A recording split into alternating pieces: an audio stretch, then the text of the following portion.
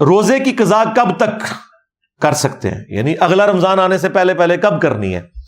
تو اس کے بارے میں بخاری اور مسلم دونوں میں حدیث ہے. عائشہ سلام اللہ علیہا کہتی ہیں کہ میں اپنے جو پیریڈز کے روزے چھوٹ جاتے تھے رمضان کے، میں ان کی قضا شعبان کے مہینے میں دیا کرتی تھی، جو اگلا شعبان آنے والا ہے، یعنی اگلے رمضان سے پہلے جو شعبان کا مہینہ تھا اس میں عائشہ کہتی ہیں کہ میں قضا دیا کرتی تھی.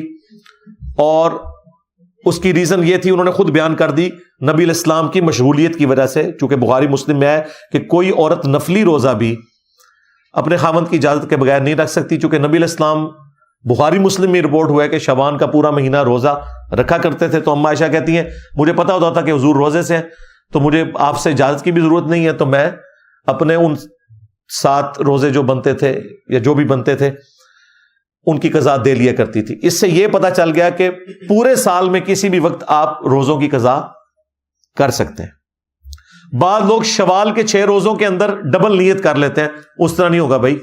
ہاں، یہ ہو ہی نہیں سکتا کہ آپ نے نوٹوں کے کیس میں، مال کے کیس میں تو یہ نہیں کرتے کہ ڈبل نیت کر لیں.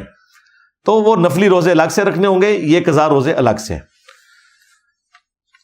تو پورے سال میں کسی بھی وقت آپ روزے قضا کر سکتے ہیں، اور اس میں آپ کے اوپر کوئی قدغن نہیں ہے کہ گرمیوں میں روزے چھوٹے ہیں تو سردیوں میں کیوں قضا دے رہے ہیں. آپ کی مرضی دے سکتے ہیں، اس کے اوپر اللہ تعالیٰ نے کوئی گرفت نہیں رکھی.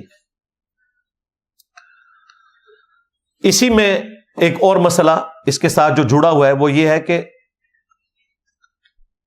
اگر کوئی شخص اگلا رمضان آ گیا اور رمضان شریف کے روزوں کی قضا نہیں دی تو اب وہ کیا کرے؟ اس میں قرآن و سنت خاموش ہے.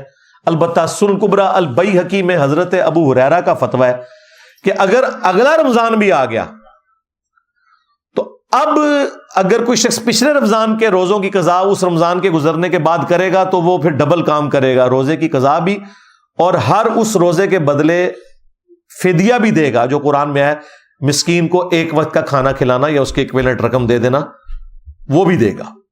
اب اسے اس کا فدیہ بھی دینا ہوگا اور قضا بھی کرنی ہوگی.